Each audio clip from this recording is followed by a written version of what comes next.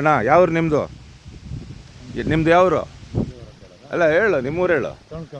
ಹಾಂ, ತೋಣ್ಕಮ್ಮನಹಳ್ಳಿ. ಹಲಸಿನ ಗಿಡ ನೋಡೋಕೆ ಬಂದಿದ್ದೀರಾ ನೀವು? ಎಷ್ಟು ಒಂದು ಎಕರೆಗೆ ಪ್ಲಾನ್ ಮಾಡಿದ್ದು?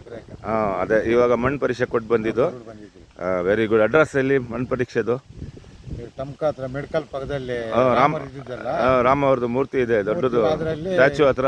ಒಳಗಡೆ ಹೋದ್ರೆ ಅದೇ ಸಿಕ್ಕಿತ್ತು. ಅದ್ರ ಇದೆ ಹಲಸಿನ ಗಿಡ ತೋಟ ಐತೆ ಅಲ್ಲಿ. ಹೌದು. ಹಾಂ ಹಾಂ, ಸೆಂಟ್ರಲ್ ಗೌರ್ಮೆಂಟ್ ತೋಟ.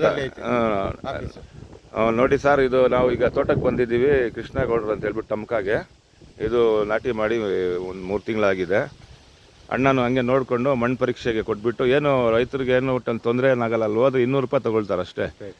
200 ರೂಪಾಯಿ ಕೊಟ್ಬಿಟ್ಟು ನಮ್ಮ ಮಣ್ಣು ಪರೀಕ್ಷೆ ಮಾಡಿಕೊಂಡ್ರೆ ನಮಗೆ ಮುಂದೆಗೆ ಒಳ್ಳೆಯದು ಅಷ್ಟೇ, ಏನಿಲ್ಲ. ನೀವು ಡೈರೆಕ್ಟಾಗಿ ಮೆಡಿಕಲ್ ಕಾಲೇಜು ಪಕ್ಕದಲ್ಲಿ ರಾಮದು ದೊಡ್ಡದು ಸ್ಟ್ಯಾಚ್ಯೂ ಇದೆ, ಅದ್ರ ರೈಟ್ ಸೈಡಲ್ಲೇ ಒಳಗೆ ಹೋದ ತಕ್ಷಣ ಮತ್ತೆ ಲೆಫ್ಟಲ್ಲಿ ಒಂದು ಬಿಲ್ಡಿಂಗ್ ಇದೆ. ನಾನು ವಿಡಿಯೋ ಮಾಡಿದ್ದೀನಿ, ಅದು ನೋಡಿಕೊಂಡು ಎಲ್ಲರೂ ಹೋಗಿ ಮಾಡಿಸ್ಕೊಳ್ಳಿ. ಧನ್ಯವಾದ.